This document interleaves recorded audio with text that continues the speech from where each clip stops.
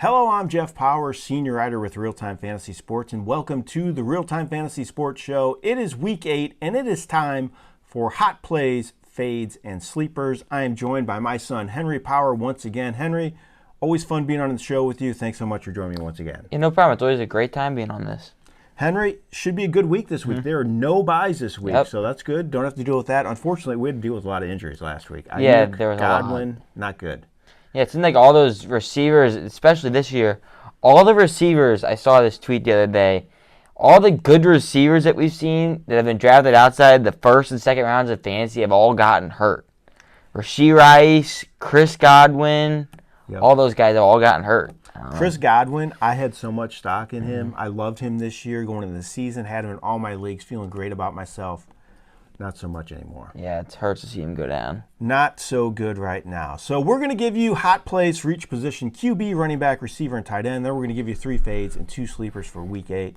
We're going to start with the hot plays, and we're going to start with the QB position. Henry, who's your QB hot play for this week? I have Kirk Cousins against Tampa Bay. Last time we saw him play against them, he put up over 500 yards and I think 3 touchdowns, something like that. He had his best game of the year. He faced them again this week, and they have a banged-up team, it looks like, especially on offense. So it has nothing to do with it. But I think they may get out to a big lead in this one with a depleted Bucs team in general. He had a great game last time. I expect him to repeat in this one. I like Sam Darnold this week of the Vikings. He's really cooled since his hot start, but he still has 3 games this year with 23-plus fantasy points, scored 19.85 points against the Lions last week, which isn't too bad. But the big thing is they're talking about trading for Matt Stafford. So Sam Darnold has a lot to prove this week. Could be a make-or-break game for him. I think he comes up big in this situation for him. I still think he's the better option than Matthew Stafford personally. He's younger. He's moving around the pocket better. He's made some good throws. Stafford hasn't been great this year, in my opinion. So I still like Sam Darnold this week. He plays the Rams, too, ironically, who have allowed the 5th most fantasy points to quarterbacks and some big passing games this season. So I look for Sam Darnold to have a good game in week 8. All right, Henry, who's your running back hot play? So I have a guy on the other side of the ball in the other game that I mentioned, Tampa Bay. I have Rachaad White of the Tampa Bay Buccaneers against Atlanta. Rachaad White had the best rushing stats of his last 3 games he's played. He's averaging over 5.3 yards a carry, which is the best of his career. And now everyone else is hurt. He seems to be the number 1 option. He had a great game last week, caught 2 touchdowns, was big in the receiving game again. I expect him to do the same thing again, especially with no Godwin or Evans. He's going to get the bulk of the carry, seems like, especially Bucky Irving not practicing to start the week. I think Rachaad White looks perfect in this one against Atlanta. He could get a lot of catches, as you mentioned, as well, so I like that play as well. My hot play is Kenneth Walker. I feel like he's getting overlooked a little bit. He's been hurt and missed 2 games, but he is still 10th overall in fantasy running back scoring. He has found the end zone 2 straight games, has 20-plus fantasy points 3 of 4 games, just getting a ton of work in that offense. He plays Buffalo this week, who have been really bad against the run this year. They allow 132.9 rushing yards per game and the 2nd most fantasy points of running backs. I think Walker keeps it going, tops 20-plus fantasy points once again, and has a really good showing for all of his fantasy owners. All right, Henry, let's talk about receiver now. Last week, not so good. This week, hopefully it is. Yeah, I have DJ Moore this week against Washington. He's on a bye last week, and on a week before, he wasn't played the best against, who did they play? Was it Jacksonville? But Caleb Williams looked legit. I think this week's going to be the week where they try to get him involved in a tough game against Washington. He's looked very good so far this year. I know probably without Jaden Daniels, so the Bears could get out to a big lead in this one, but I think DJ Moore looks at a big rebound game in this one against a poor Washington secondary, so I look for Moore in this one against Washington. I like Moore as well. My pick at receiver is Romeo Doubs with the Green Bay Packers. He's been red hot since sitting out that Week 5 game for his suspension, insubordination, whatever it was. But he's been great since he's returned, has 17-plus fantasy points each of his last 2 games. It seems like the team's really pulling for him as well. They're always really excited when he finds the end zone. He has 11 catches for 143 yards those last 2 games and 2 touchdowns. And he had season highs across the board. Last week, 8 catches, 94 yards on 10 targets. I think he's going to have a big game this week against that team Jacksonville you just mentioned. They're really not very good on both sides of the ball, but especially defensively. They allow the 4th most fantasy points to receivers, 31st against the pass. I like the Packers passing game to roll in this one. All right, Henry, who do you got at tight end? I have a guy who's been pretty mediocre, I'd like to say. Everyone thought he was going to have a big year. I had Dalton Kincaid against Seattle. He has a great matchup in this one. I think last week it was an okay game, I'm pretty sure, but He has a great matchup in this one. It seems like I think Amari Cooper, the more he gets involved, the more it's going to open up other things in that offense. I think Kincaid may not be the one guy that looks forward in the receiving game to cover all the time, so Kincaid may get more looks going forward. And with this matchup against Seattle's been very poor against the tight end, I think this is a great breakout spot for him this year. I like that because Keon Coleman saw a more favorable matchup last week. You saw that, and Khalil Shakir had a good game as well. So I think Cooper just does a lot for that offense. Good call there. My pick is another tight end that's actually been disappointing. It's Dalton Schultz.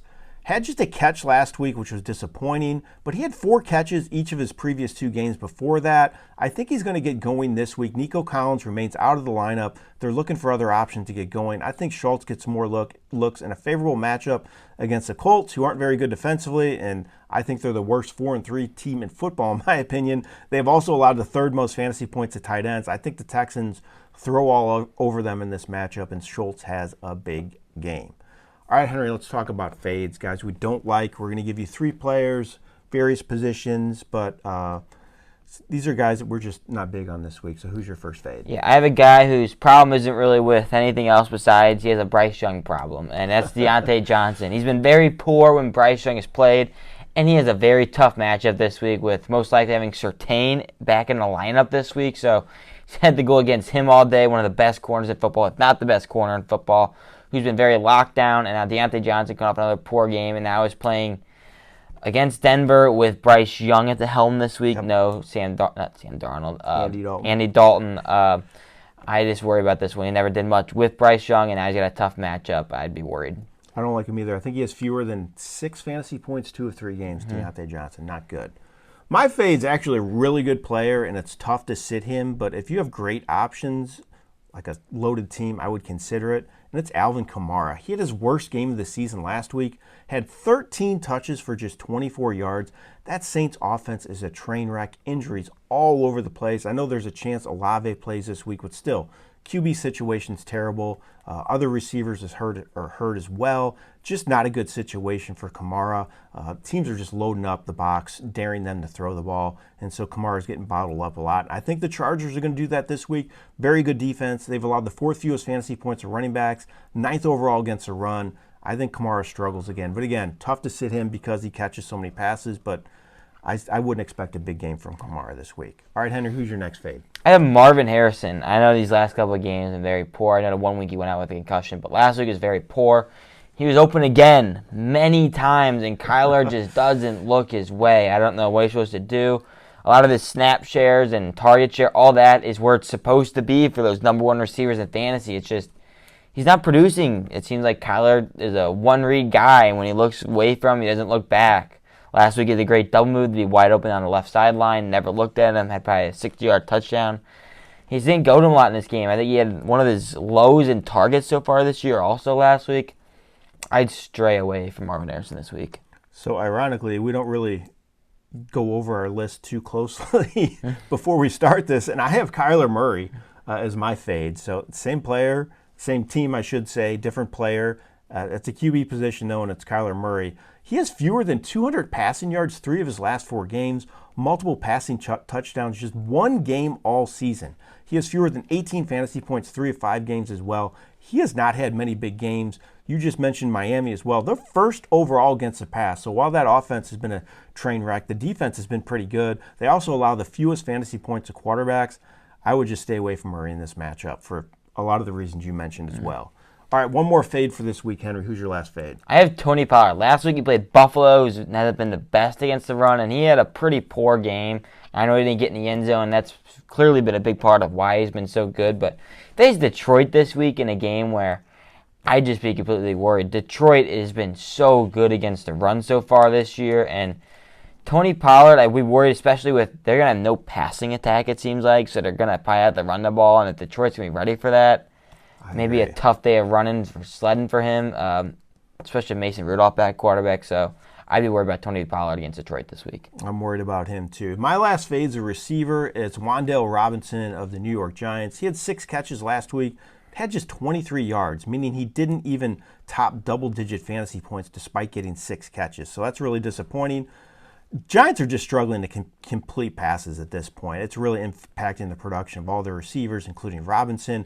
He has fewer than 50 yards 3 straight games, so he really is not producing despite getting catches. So I'd shy away from him this week against the Steelers. I think they're going to be all over Daniel Jones and give him all sorts of problems just to complete passes again, just harass him, blitz him nonstop. So I think the Steelers shut down Robinson. They've also allowed the 10th fewest fantasy points to receivers this season.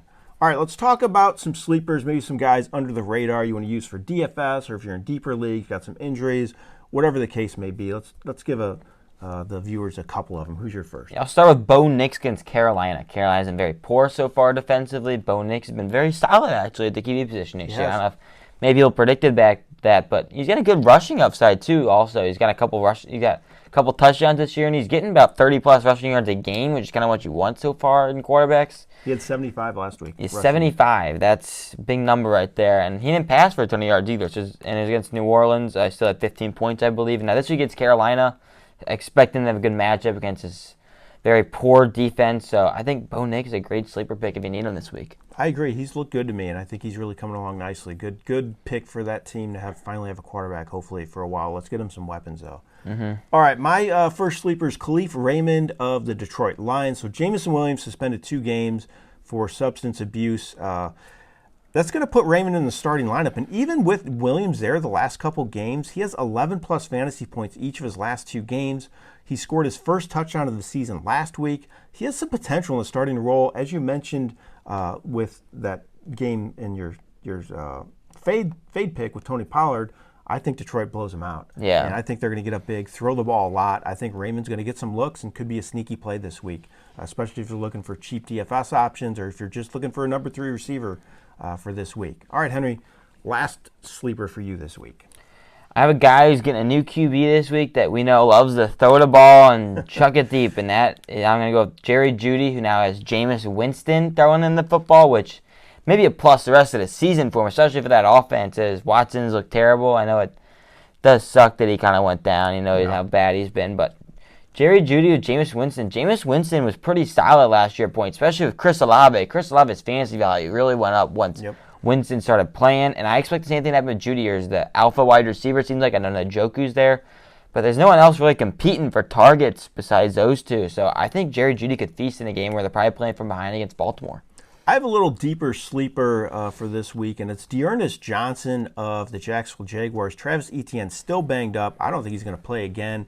Johnson's been the third down back, and he's been good. He scored double-digit fantasy points for the first time all season last week. He has multiple catches, 3 straight games. He does well as a receiver out of the backfield. And as we mentioned earlier, I think the Jaguars are going to get blown out. They're going to have to throw the ball a lot in the second half. Game script matters.